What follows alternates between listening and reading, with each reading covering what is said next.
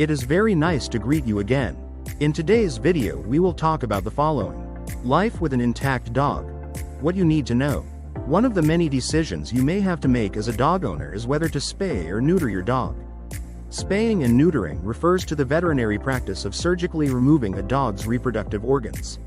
It's a practice accepted by the general public, and spaying or neutering your dog is often recommended, especially since some dog parks and daycares don't accept unnettered dogs or females in heat.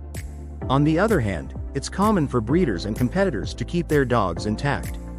Generally, the decision to spay or neuter your dog is up to you. Before starting life with an intact female dog, it's important to educate yourself about the benefits and risks of this decision. What happens when a dog is in heat? For a female dog, heat means she is receptive to reproduction and can become pregnant. Generally, female dogs go into heat every 6 months, but this can vary by breed. Smaller breeds may have their heat cycle about 3 times a year, while larger breeds may have it once a year. Heat cycles can last 2 to 3 weeks. In addition to the progesterone test, there are physical and behavioral signs that indicate a female dog is in heat.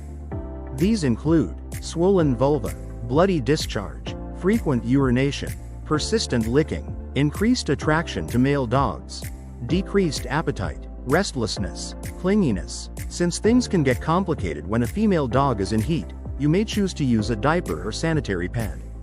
Diapers or pads are not necessary, but they can help control the bloody discharge and keep the house clean. In addition, they create a barrier that prevents excessive licking and reduces the odor that attracts males.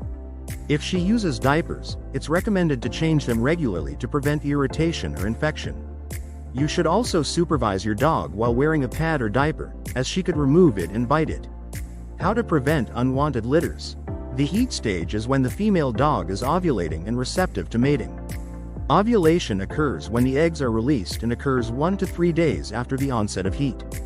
Dogs can only become pregnant during the heat stage. When female dogs are in heat, they release pheromones that attract intact males. Pheromones are chemicals that female dogs use to communicate with each other. Males who perceive the scent will try to approach the female.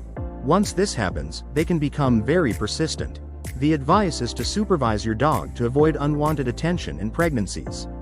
Avoid contact with male dogs and keep her on a leash while walking. Intact males can become aggressive when attempting to mate with females, and sometimes vice versa. Since they are motivated to roam, it's a good idea to avoid off-leash training or hiking. Also, keep your yard secure. Are intact males more dominant? Aggression levels in male dogs can depend on the breed. Unnettered males may display dominant or territorial behaviors, such as inappropriate mounting, roaming, and urine marking.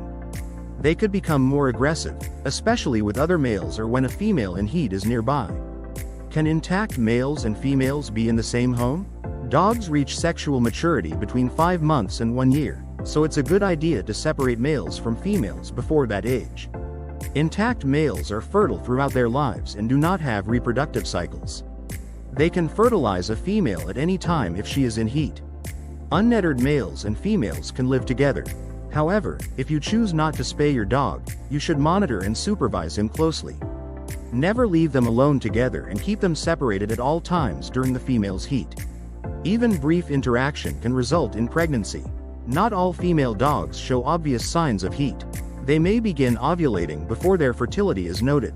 If you want to avoid accidental litters or possible injuries, spaying or neutering is the most effective long-term solution.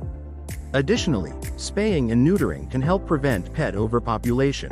The benefits of spaying and neutering versus the risks involved are unique to each dog, its type, sex and breed, and the owner's lifestyle, and should be discussed with the individual's veterinarian.